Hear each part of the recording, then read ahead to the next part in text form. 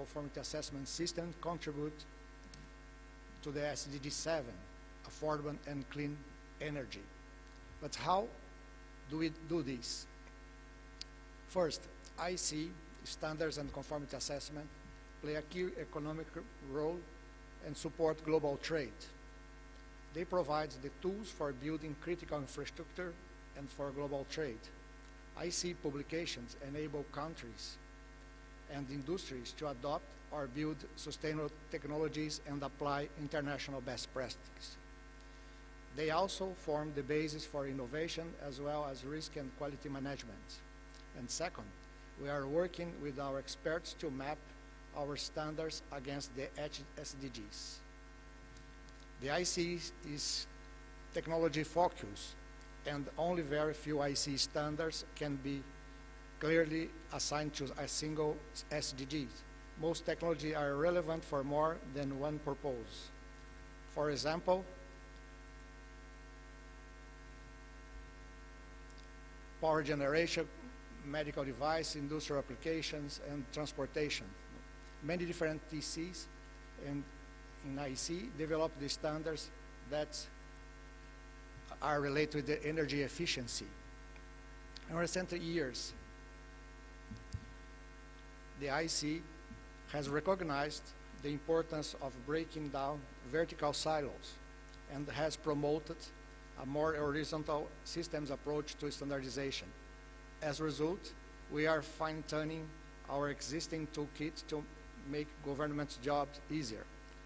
A good example is the ongoing work at the IC on the product carbon footprint in the electrotechnical sector. The IC Advisor Committee on Environmental Aspects, the ACEA, is working closely with the ICTC 111 to develop guidelines for technical committees to support the development of product-specific rules to access climate change using CFP throughout the life cycle of products. Environmental aspects will be considered throughout the entire life cycle of a product, as well as define rules to allow the correct interpretation. Meanwhile, ICQ, Conformity Assessment System, experts are developing an independent carbon footprint verification scheme for companies that use the right process, methodology, and records to calculate the carbon footprint as a given product.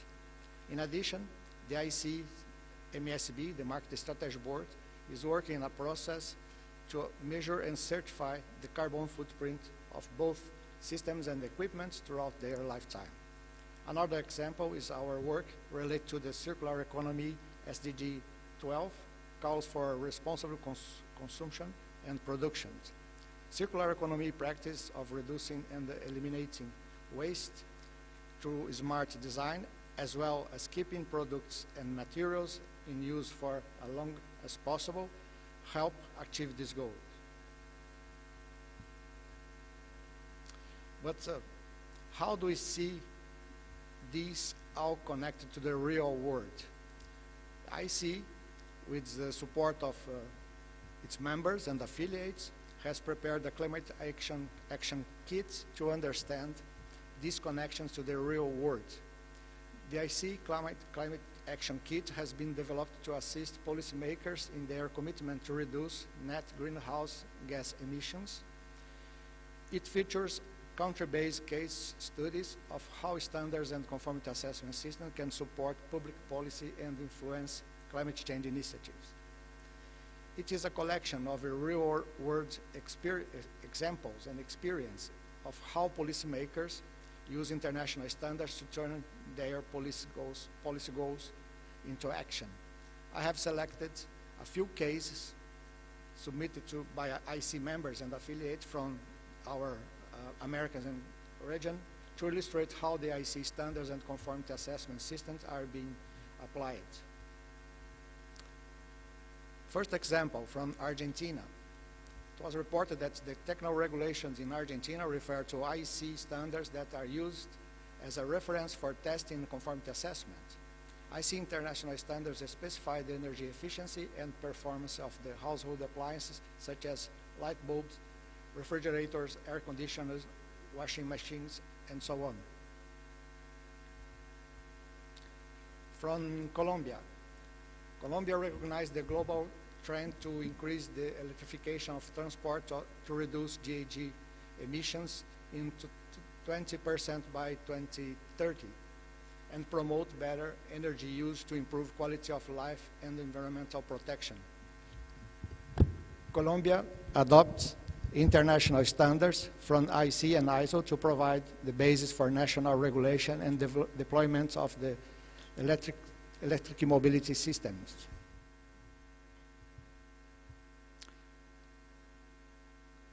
From Ecuador, the IC and Copant standards have contributed considerably to the technical regulations on energy efficiency in the Plan 2016-2035 Ecuador's National Energy Efficiency Plan.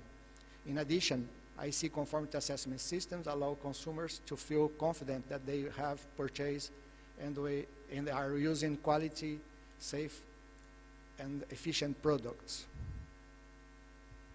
And also we received from United States that the IC standards for wind energy systems are being adopted as national standards in the country to accelerate the growth of the offshore wind energy markets. We have also a global case. Systems driven by electrical motors are everywhere. Pumps, refrigerators, escalators, computers, electrical fans, and others.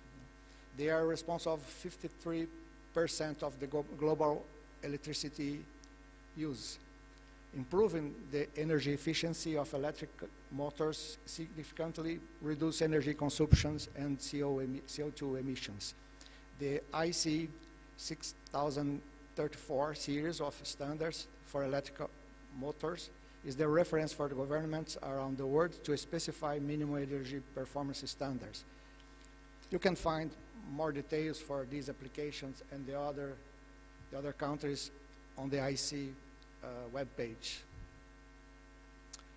Well, we have also something that we are promoting as a business case for embracing the SDGs through the IC Global Impact Fund, which can act as drivers of innovation, open up new and emerging markets, and creating new investment opportunities. In this context, the IC is implementing an important ESG project to help small and medium-sized companies tackle environmental and social issues in the field of electrotechnology. Through the IC Global Impact Fund, we will provide grants to help selected companies leverage the IC expertise in standards and conformity assessment to address sustainable development. Our first project addressed the topic of converting e-waste into electronic resources. Assuming the pilot is successful, we anticipate that future challenges will deal with the challenge related to energy access, renewable energy, climate change, and carbon neutrality. Well, thank you again for the invitation and the opportunity to show what the IC is doing in this fight to mitigate the climate change. I'm available for the questions. Thank you, Mr. Santos. That's quite comprehensive. And at least here in Barbados, we are very aware that the IEC and ISO work hand in hand. You know, it's almost every time we mention ISO, it's IEC in the conversation as well. What I found interesting from your presentation included the mapping of the standards in order to pursue satisfying our SDGs in our various countries.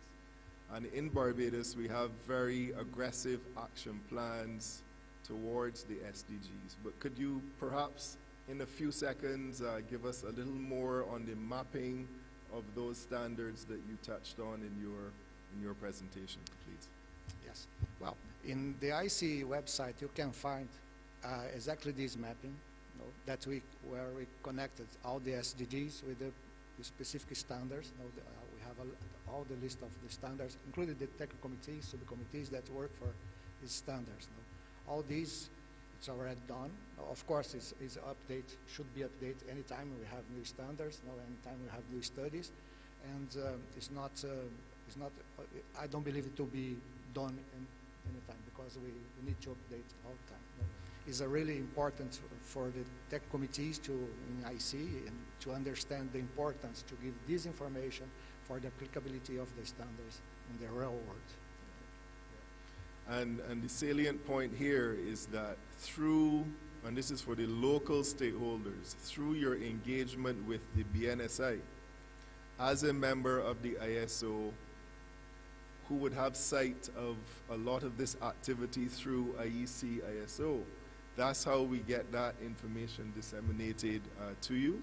So it's very important, as I know you're taking copious notes, to appreciate that the closeness with the standards institution really gives you access to a lot of what's happening at the international level. So we encourage you in your different and respective ministries and agencies to collaborate with the BNSI as we disseminate this type of information to you. So Mr. Santos, thank you very much once again. Thank you. A round of applause, please.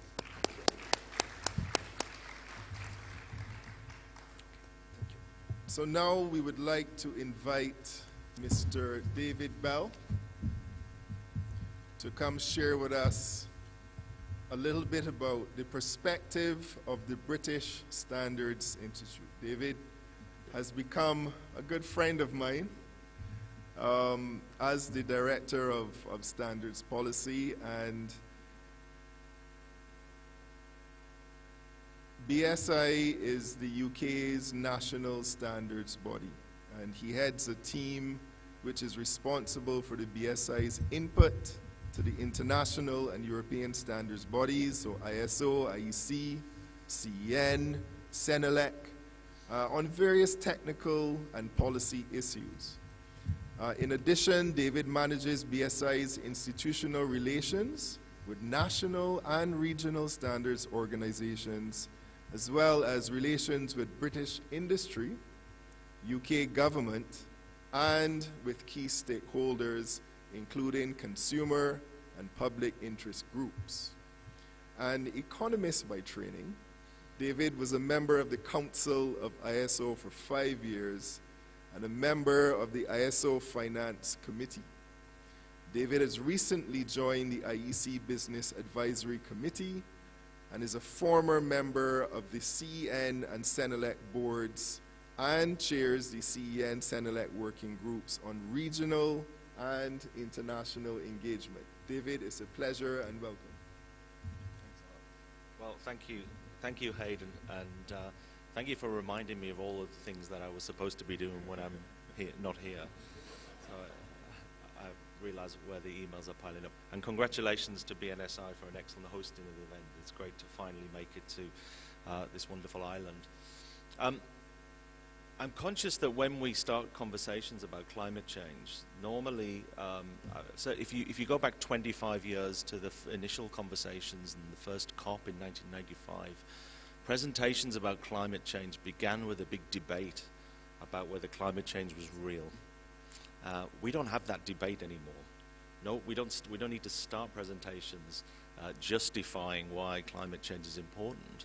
Now that's either because the science has now won and the scientists have now been able to explain and win the argument, or probably more likely it's because the real impacts of climate change are being felt on a daily basis, in particular in island states like Barbados, but around the world we are seeing now on a daily basis the impact of climate change. And so our role as standards organizations and our response to standards organization has never been more critical. And as Sergio said, the time is now, and it's our time, and this is a great opportunity for us really to demonstrate why we exist, because this is not just, as Fabian described it, the most important issue of our time. It's probably the most important issue of all time, and that's why we need to be on our guard. So I'll take you quickly through three topics, through the standards that we're using in the UK to support climate change adaptation, mitigation, and renewable energy. And then I'd like to focus on how we make all voices heard, because that's super critical in the process. So let me try and do that. And let me get some of this as the working way. So let me start with, and there's some QR codes that you'll see through the presentation, so hopefully you can scan those and get access to more information on the topics that you see in front of you. So first of all, on adaptation. So we know adaptation is the process of adjusting to current or expected effects and impacts of climate change. And as right through this presentation, you'll see a number of ISO and IEC standards that are the backbone of all of our national catalogues, and highly, as Noelia said, highly recommend that these are the standards that you adopt at a national level. You'll see the QR code there in the corner, which takes you to a web page that BSI has established on adaptation to climate change, and it helps the public to easily access the relevant information that they need. Also there you can find access to on-demand webinars, which you can join anytime, and also other resources and downloadable guides. Let me explain one of those standards. The first one, BS 8631, this is adaptation to climate change using adaptation pathways for decision making. Now, adaptation pathways provide a means for organizations to demonstrate and to implement climate change adaptation changes to their organization. So the standard talks about a 9-step process for developing and applying those pathways. It provides practical guidance at each step, and so the steps in the process include assessing the risks and also the opportunities with different climate scenarios, delivering and developing adaptation pathways for different scenarios, and creating relevant implementation plans. So this is a standard that is set out to help future-proof organizations. So, and we're seeing it now being used already in the UK by those who are responsible for managing water resources, flood management, coastal management, the planning for infrastructure resilience, and also those that operate a business or local and regional governments. And it's been picked up a lot by the risk evaluation industry and risk assessment industry, and also investors are very keen on it because it demonstrates that trust and confidence, which is where standards provide so much of their value. Let me talk about mitigation standards. So we know mitigation is action to limit climate change by reducing emissions of greenhouse gases or removing those gases from the atmosphere. Here, ISO standards are really your friend. The 14,000 series of standards is really critical here to deliver everybody's aim. They provide guidance and support throughout your climate change mitigation journey. At the bottom you see the BSI PAS 2060, the carbon neutrality standard. This is a standard that has been around for a number of years now, for 9 years. Carbon neutrality as a term, of course, was quite on vogue a few years ago, and it's disappointing that when you Google or you go on Wikipedia and you search for net zero and carbon neutrality, you get taken to the same place, because there's a lot of confusion about the difference between the two terms. But we know that carbon neutrality takes you so far on the journey, and net zero is ultimately what will take us further on the journey. But this, we're working currently with Wikipedia to try to update its web page on this so that we can really clarify and set out the differences, because if policymakers are not aware of the important differences between the two terms, we will never get that action that we all seek. PAS 2060 is not just a standard, it's also a major certification scheme, and that's really important because ultimately writing the standard is only part of the solution. We need to work with certification organizations, verification organizations to make sure that the standard is being used correctly, and that we're dealing with issues around greenwashing, which is, as Sergio said, from COP26, there was a surplus of confusion and a lack of credibility, right? And well, this is our role. It's to take away confusion and to build that credibility. So just a reminder on the next slide from, to pick up what Noelia was saying about IWA 42, and I can't stress enough the importance for all of you to engage fully with IWA 42. I think this is a pivotal moment in what we can do as standards organizations. This is not just another standard that we've added to our catalog of many thousands of standards. This is something that is really quite transformational, particularly in the way it was developed. In the corner, you'll see a QR code, which takes you to one of many places where you can get further help with using the guidelines. This is a site that is built by the Commonwealth Standards Network, which is a network which includes many members, and including BNSI from this region as well. A network of national standards bodies, over 50 national bodies that work together to support and share best practice around standardization. And this is a guide to help SMEs across the Commonwealth and the rest of the world to use the guidelines. BSI was proud to convene the IWA 42, but let me tell you that if we are to change the model of ISO to develop standards under this kind of regime at this speed, the resources required are currently not available, because what this did was take us very close to breaking the system. Because if we are going to work to bring over 1,000 organizations, many of whom have no prior history of working in standardization, never mind working in ISO, the kind of human resources that we need to support that and to deliver it at that pace, frankly, is a challenge. And it requires fundamental change to the way we work. And I know that the TMB under Javier is looking already at the lessons that can be learned from this process to see if there are things that we can implement to make this a model that we can follow again in other topics. But for me, this is an example of us at our best. And we certainly don't want to lose that for the future. Finally, let me talk about renewable energy standards. Obviously, our industries are pivoting to develop products and systems that are using renewable energy. Standards here play such an important role. We've got a huge number of standards, including many ISO and IEC standards. That bottom one is actually an IEC standard, I think. PD 6900 was a standard that was established to help with the environmental impact assessment for offshore renewable energy projects, particularly wind farms.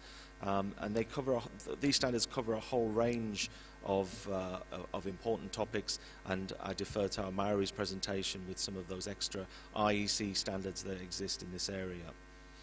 But remember, for all of those standards, the expertise is not the expertise with respect in this room, and it's not the expertise in our organizations that count. What counts is the expertise of the organizations that we bring to the standards development table.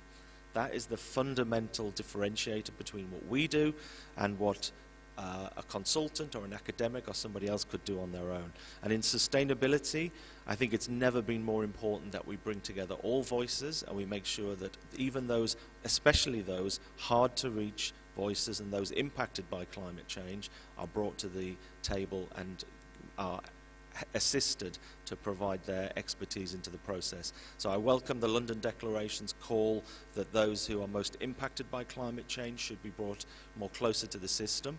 And in the UK, we've established something called our Sustainability Standards Network, which is a network to bring together organizations that in the past we struggled to encourage to participate in standardization. Because if we're going to solve or mitigate the impacts of climate change, the people who will help us are climate champions, they are activists, they are campaigners, they are charities, they are non-governmental organizations, they are civil society organizations. Their natural home, I'm afraid, is not standardization, standards bodies, so we need to work hard to reach out to them and bring them to our network. So this network was created less than 2 years ago. We have 40 organizations now participating, charities and conservation organizations that had never been involved previously, and they're now sitting on our committees and they're providing a valuable source of expertise alongside industry and government and regulators and academics and the other people. So I strongly encourage you to build those networks in your own countries, find those interested parties, explain that standards is not what they might think it was. Standards provide this solution, as you've seen, to the future challenges. So let's bring all voices to the table. Thank you. Thank you so much, Mr. Bell, for your insight. Perhaps I would like to start where you ended, which is a profound understanding of bringing all voices to the table. In our context, you would appreciate there are many micro and small and a few medium-sized enterprises, some of which, yes, may engage with the Standards Bureau, but they're not standards experts. So your indication that we do need to rally around several other support groups to get buy-in, to get engagement, even to have successful implementation, I think that's profound.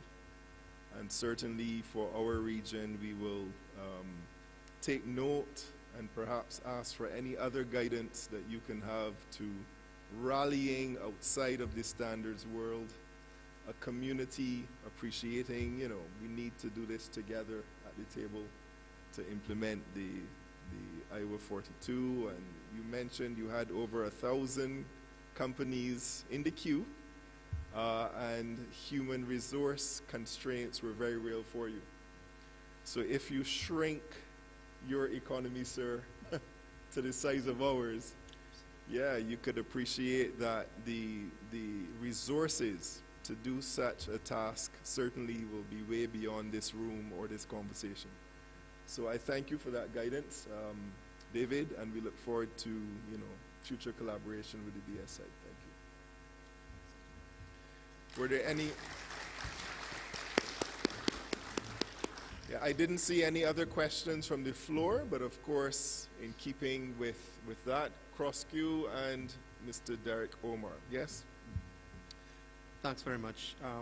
Well, it's just really to backtrack to Amory, and then we could come to BSI. But I found Amory's PowerPoint was really nice. I mean, a picture speaks 1,000 words. And just that first picture alone with the Palace of Lights, and then your next slide about the SDG goals, and the only commonality is electricity. You know, that I found that was very impactful. Thanks. You know, Fulgence will speak in a short while about what we're doing with IEC standards and the energy efficiency labeling code we're developing in the region. And, you know, in terms of the IEC Global Impact Fund, you had some interesting things there. Maybe we could put down that on our agenda to talk about how we could probably, you know, try to make use of that opportunity in the region too, when we're going to talk. And, you know, David, I think your presentation was nicely brought together, and maybe, you know, we could join the Sustainability Standards Network as Cross-Q down here too. It looks very interesting. We could get some good ideas from that, and also, you know, increase our knowledge and education as we progress. So that's something for Fulgence to tap into, and a couple of us. But I found your presentation was really nicely compact and structured to bring forth, you know, the global dimensions of the impact you guys making. And, you know, when we get the PowerPoint, we'll look at it more closely. But there were some nice things there. Thanks very much. Thank you, CEO, and once again, thank you, David. Thank you. Okay, so finally, for this segment, we are going to introduce Mr. James Olszewski, who is the head global outreach for ASTM International. And Jim, as we commonly know him and call him Jim, has worked at ASTM International for 25 years, supporting the development and the promotion of voluntary consensus standards for materials, products, systems, and services. In 2007, Mr. Olszewski assumed the role of Director of External Relations and later became the Head Global Outreach, where he manages, supports, and promotes ASTM's International's emerging economy initiatives and outreach within ASTM's global cooperation development. His contributions include speaking to international audiences, students, and educators to promote the use of ASTM standards worldwide and to encourage increased standards education at universities. Jim, it is indeed a pleasure to have you speak on ASTM's plans for climate change and your perspective at ASTM. Thank you. Thank you. Good morning, everyone. Thanks for the opportunity to be here. And it's been a pleasure working with BNSI to both organize this workshop and to participate this week, so thank you. Thanks to Corey for your support and all the Copant members for being here. Allow me to start with just a brief introduction of ASTM, and then we'll get into some nitty-gritty about some standards that ASTM has available that address climate change, and maybe it'll give you some ideas about things that maybe you want to consider in your own economies back home. First, just a brief introduction. This year, ASTM, as you know, is celebrating our 125th anniversary, and I have the, thank you. I have the pleasure of being the guy who goes around to the regions and helps to celebrate that anniversary. So it's quite a humble, I'm humbled by that, and it's quite an honor to be doing that. All along, over 125 years, ASTM's been bridging the gap between the public and private sectors by bringing together technical experts, as many of you do in your daily work. And today there's thousands of ASTM standards being cited around the world as a result of our close relationship with the national standards bodies. With members now from 100 countries in every region of the world contributing input to our consensus-based approach, the outcome has been high-quality, globally relevant technical solutions. And although we're headquartered in the eastern United States, we do have offices now in Washington, China, Belgium, Canada, Peru, and this week ASTM opened a new office in Singapore. Our board of directors is actually meeting in Singapore this week to open that new office. The standards development process ASTM has ensures that all participants have a voice. And we do fully employ technology, so I can appreciate when you have a lot of stakeholders trying to do things really quickly that things sometimes break. So we certainly can appreciate that comment from BSI. The outcome is a collection of about 13,000 standards that we have now available for use. As we dig into this topic of climate change, you know, I think you'll agree with me that the United Nations is really at the forefront of these efforts to address climate change. And while ASTM has been directly and indirectly involved or connected to various aspects of the United Nations in the past, we're now coordinating our efforts and proactively engaging with the UN. We're expanding and highlighting our work with the UN because we see an alignment between ASTM's objectives and the standards and objectives of the United Nations. And we see value in contributing and communicating our contributions to this global forum. In 2021, ASTM was granted special consultative status by the UN Economic Social Council, and through that status, ASTM now has access to UN events and can provide comments and other topics. And this gives ASTM the opportunity to weigh in. The picture here is my colleague, Emmanuel Escoto from our Global Cooperation Department, who recently just spoke at the UN just a couple weeks ago. In May 2020, ASTM also joined the UN Office for Disaster Risk Reduction Private Sector Alliance for Disaster Resilient Societies. That's a mouthful. It's called the ARISE Network. And ARISE is a UN-led network of private sector entities whose members voluntarily commit to align with the Sendai framework. And you may recall the Sendai framework was the first major agreement of the post-2015 development agenda and provides UN member states with concrete actions to protect development gains from the risk of disaster. And through ARISE, ASTM has participated in events to build consensus on solutions and also contributed to creating some open source tools to enable cities and communities to improve their resilience and safeguard lives and livelihoods. So overall, ASTM has been very active in ensuring Sustainable Development Goal 13 and other SDGs are considered during our standards development work.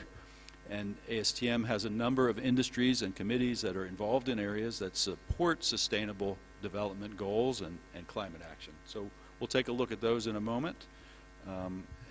But let's look first and talk a little bit about mitigation versus adaptation. This has been touched on already by some of our previous speakers.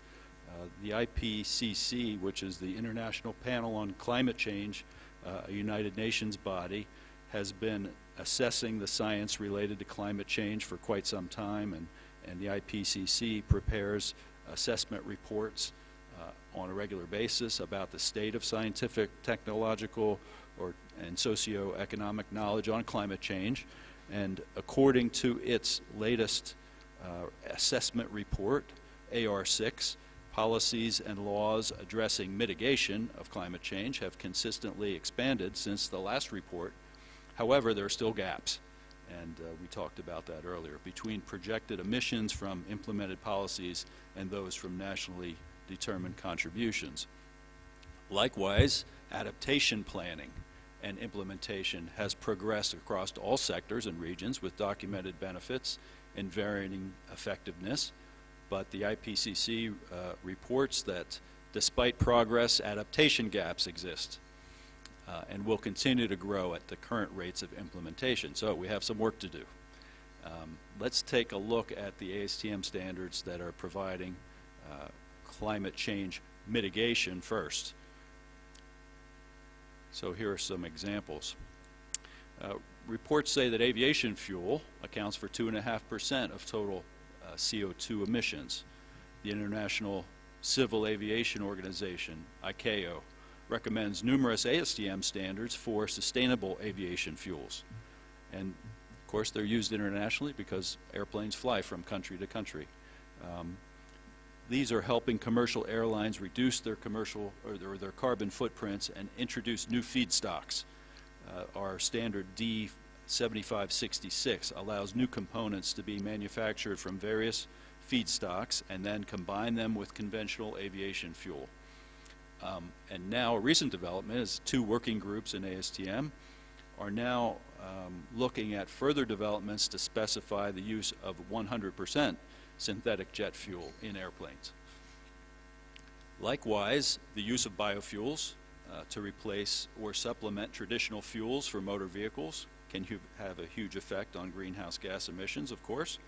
And the 2 most common types of biofuels are ethanol and biodiesel, and both of which represent kind of the first generation of biofuel technology.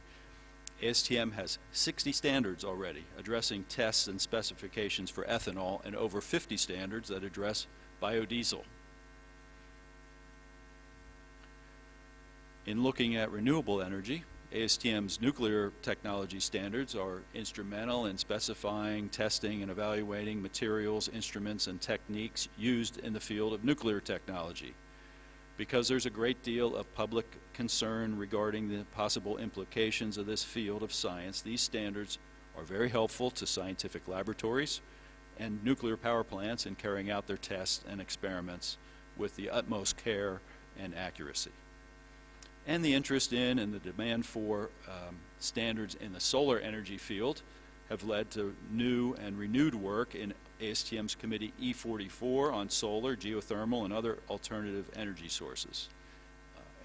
As alternative energy production continues to evolve, so do the standards in E44. And producers, manufacturers of solar panel components, and others get there safely through standards that address some aspects of this field. Last in this 3-slide series of standards that contribute to climate change mitigation is a focus on cement and concrete production. It's well known that cement production is a large contributor to global CO2 emissions. Yet there's a rising demand for cement and concrete due to rising global population and urbanization.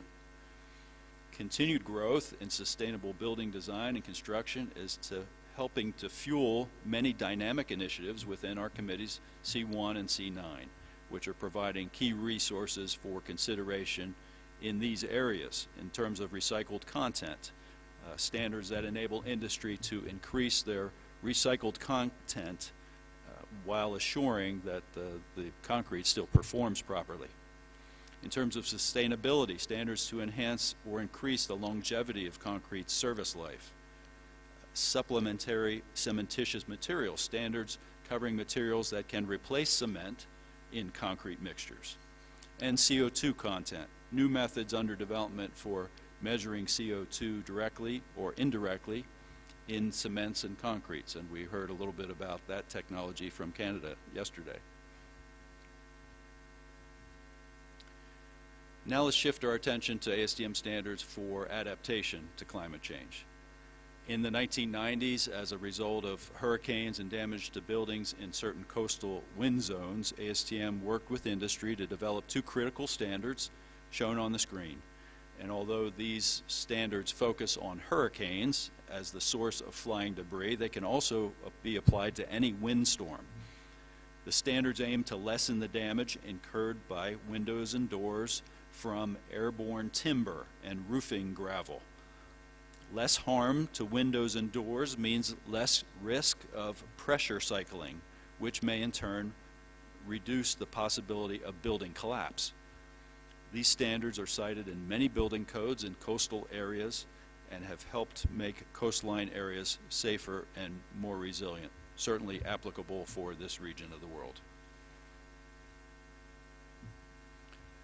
Our subcommittee D0802 on steep roofing products and assemblies has two key standards that help keep roofs safe in high wind events.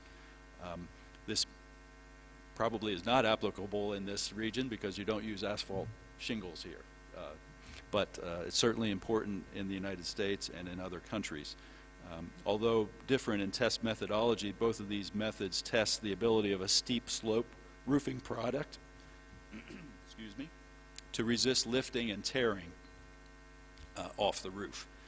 Recent data suggests that between 90 and 95% of wind losses as a result of hurricanes are related to roof shingles. And these standards measure the wind resistance of not only asphalt shingles, but also concrete tiles, clay tiles, metal shingles, and other products. Our roofing committee also has a subcommittee on sustainable roofs that develops standards for this type of roofing, also known as green roofs. There are 9 standards and 3 work items that deal with various elements of vegetative roofing systems.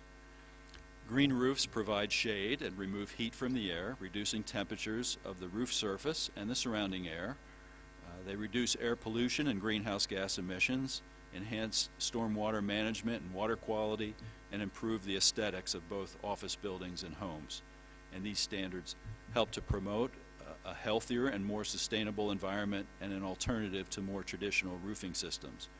And much like our standards for solar arrays in the solar committee, ASTM has a standard within this sustainable roofing group that estimates the maximum dead load for green roof assemblies.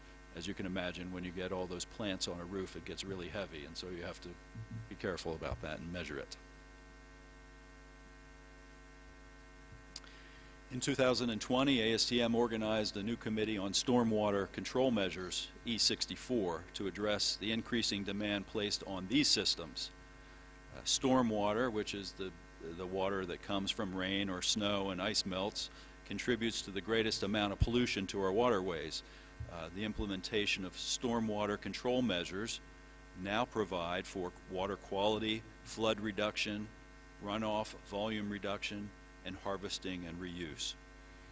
Still in its early stages, this committee has formed subcommittees on lab evaluation of devices, field evaluation, component evaluation, and non-point control measures for agricultural runoff pollutants. The committee already has 7 new standards and has a number in progress. And moving forward, standards in this area are going to help reduce pollution, especially pollution associated with storm events.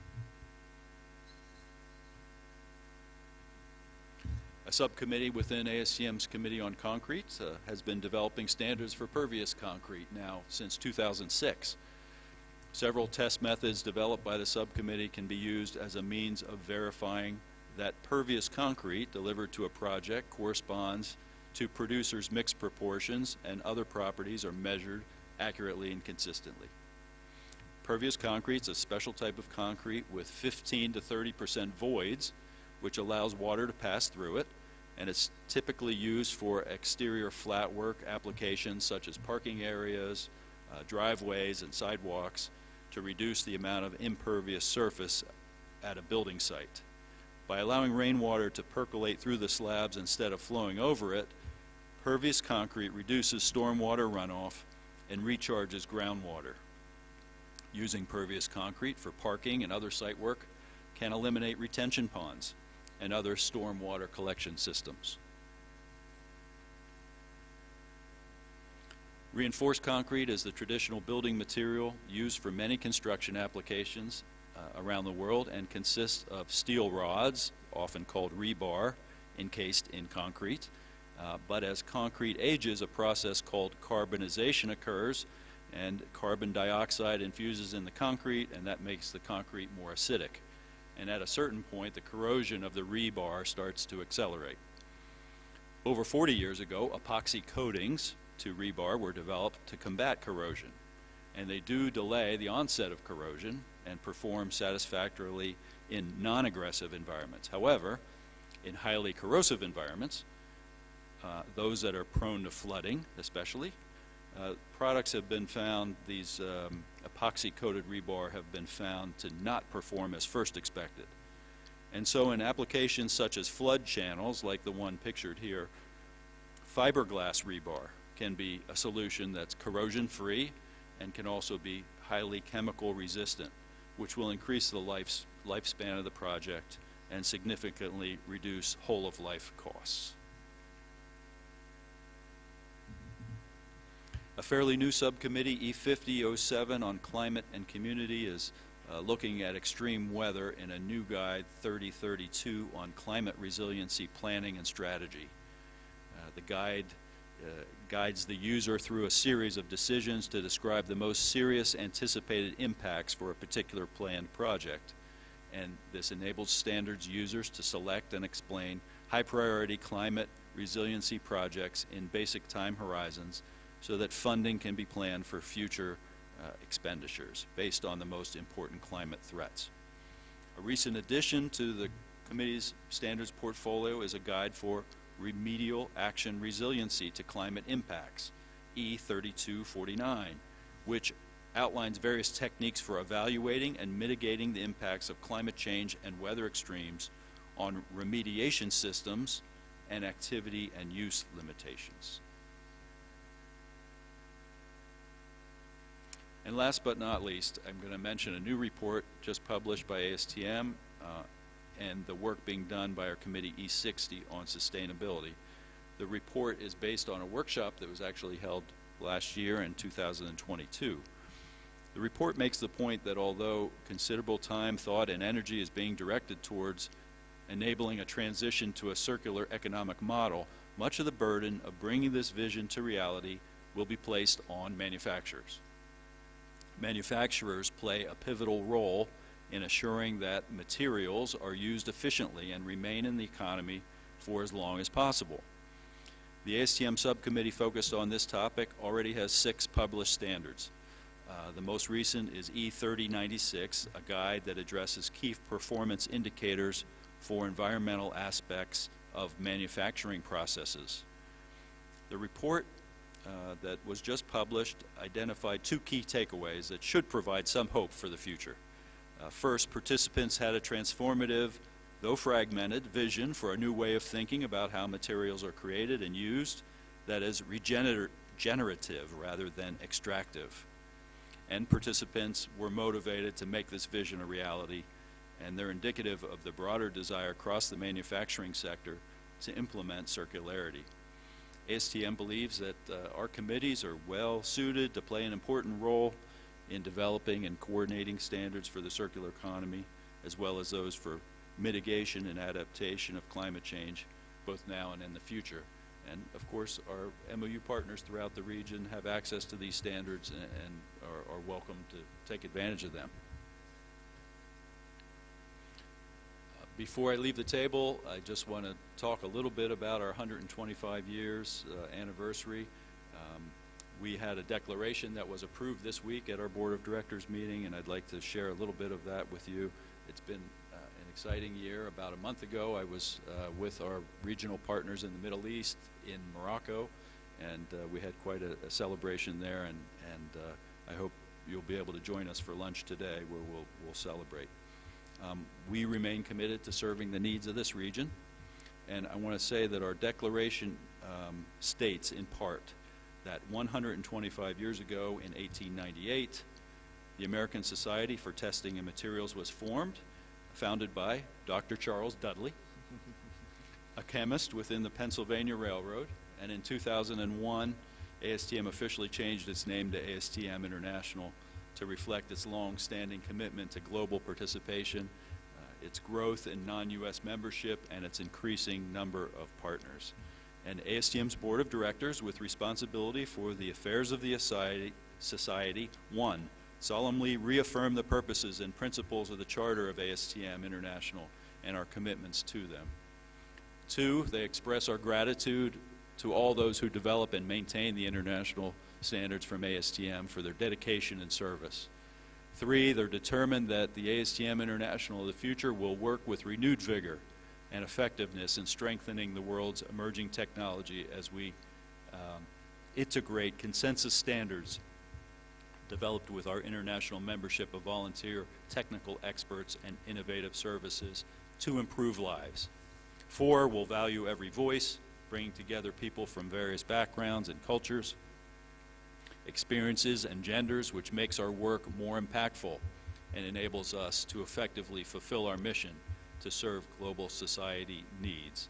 And lastly, 5, we'll give to the next generation an organization that's equipped, financed, and structured to offer global access to fully transparent standards development, resulting in the highest technical excellence and standardization. So our commitment to this end is found in our mission, which is to positively impact public health, safety, consumer confidence, overall quality of life, and to help our world work better. So it's been my pleasure being here with you this week. Thank you for your kind attention.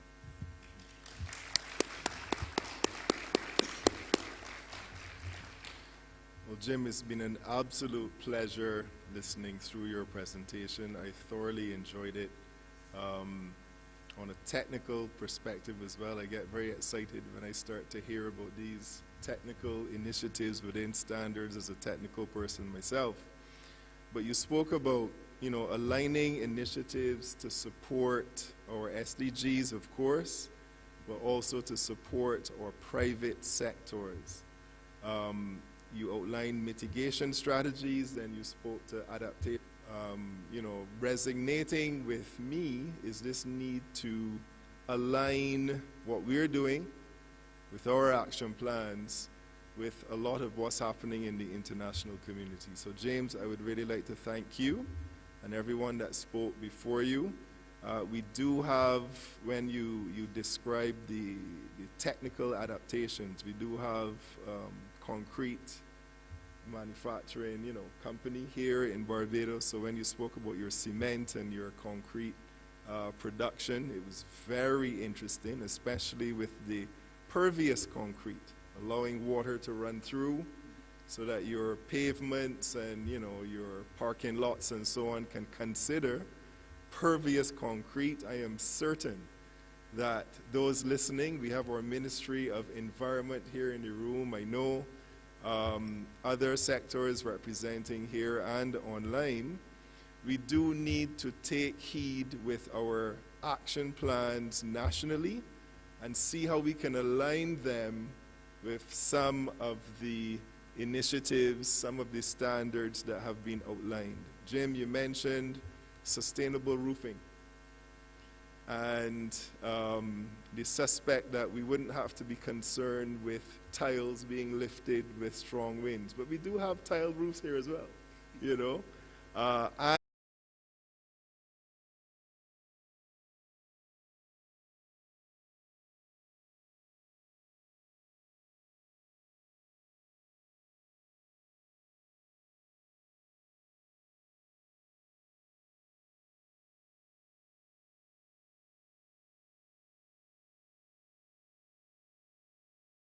So I'm sure that at our break, because we'll take a break now, when we return, we will have the action plans now of the various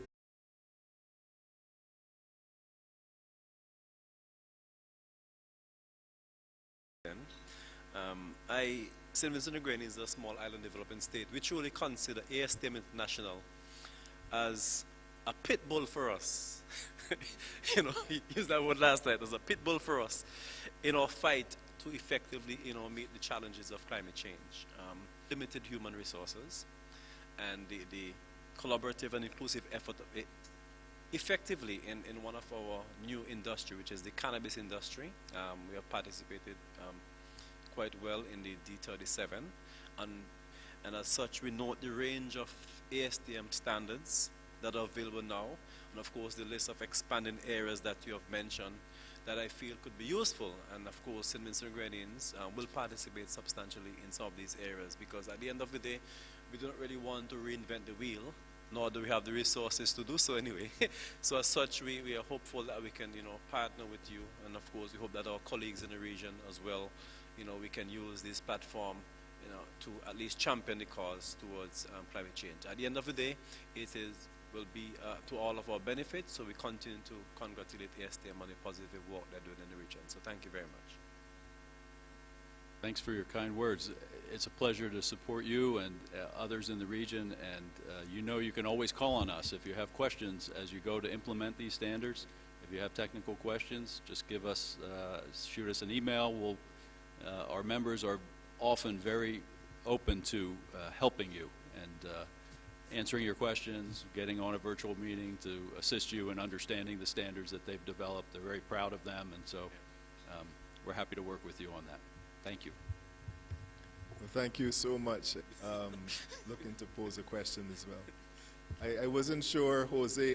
I have new principles now, so you have to say Trinidad and Tobago. Is well grounded. My experience with ASTM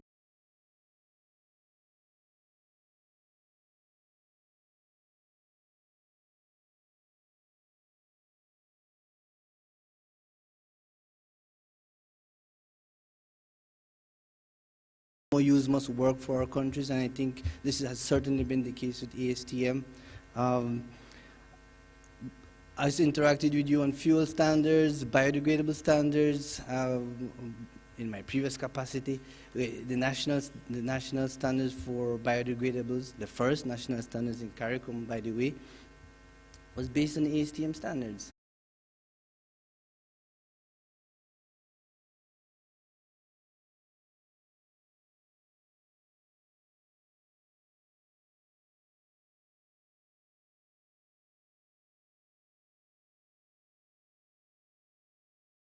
Climate change, taking the lead with these same strategies that we talked about today.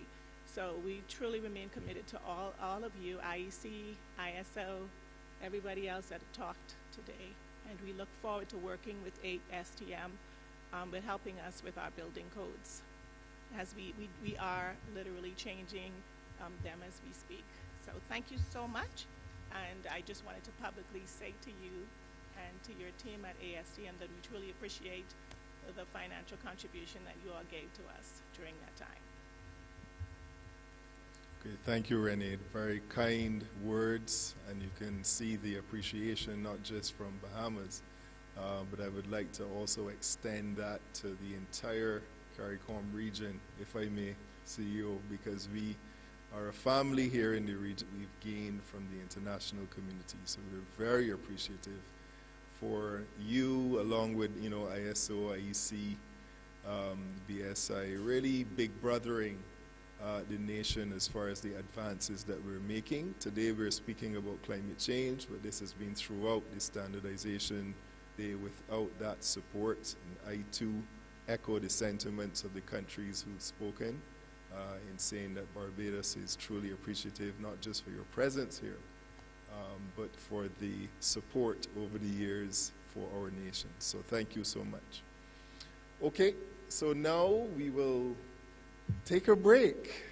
And we will reconvene in 15 minutes where we will have the action plans being presented. So thank you, and thank you viewers online.